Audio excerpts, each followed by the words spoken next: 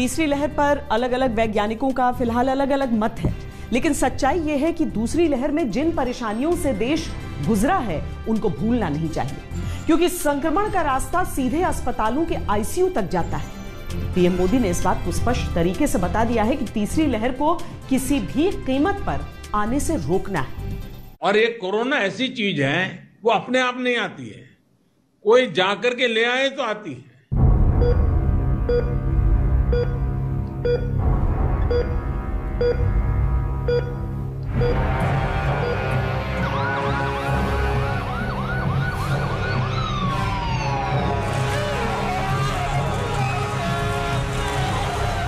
Corona की तीसरी लहर कितना खतरनाक हो सकती है कोई नहीं जानता, लेकिन दूसरी लहर की खौफनाक यादें तीसरी लहर से सावधान रहने के लिए बार बार इशारा कर रही हैं।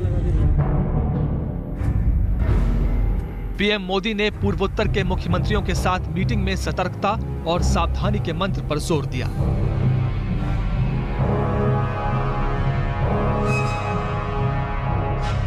हमें और सतर्क रहने की जरूरत है और लोगों को भी लगातार सतर्क करते रहना पड़ेगा। संक्रमण को फैलने से रोकने के लिए हमें माइक्रो लेवल पर और सख्त कदम उठाने होंगे।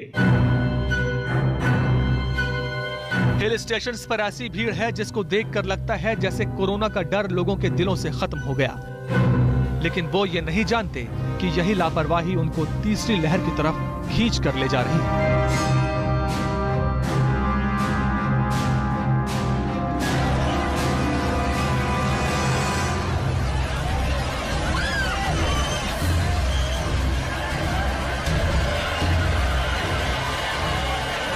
कोरोना की वजह से टूरिज्म, व्यापार, कारोबार ये बहुत प्रभावित हुआ है, लेकिन आज मैं बहुत जोर देकर कहूंगा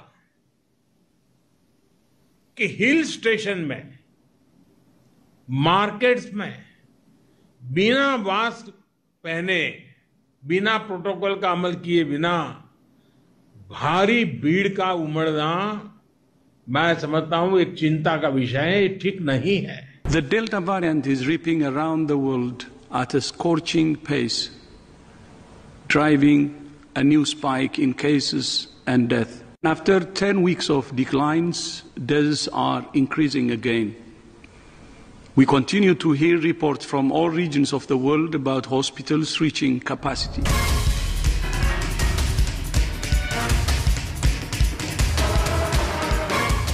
तीसरी लहर को रोकने के लिए साझे प्रयास की जरूरत है।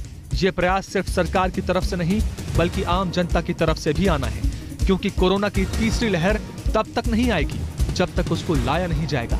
और फिलहाल हालात ऐसे बन रहे हैं कि लोग खुद तीसरी लहर को लेकर आ रहे हैं। लोग सवाल पूछते, तीसरी लहर की क्या तैयारी की है, तीसरी लहर के लिए आप क्या करेंगे? आज सवाल ये होना चाहिए हमारे मन में कि तीसरी लहर को आने से कैसे रोकना है, हमारे प्रोटोकॉल को चुस्ती से कैसे अमल करना है। अगर और ये कोरोना ऐसी चीज है, वो अपने आप नहीं आती है, कोई जाकर के ले आए तो आती है। अधिक भीड़ वाले जो आयोजन रुक सकते हैं, उनको हमें रोकने का प्रयास करना चाहिए।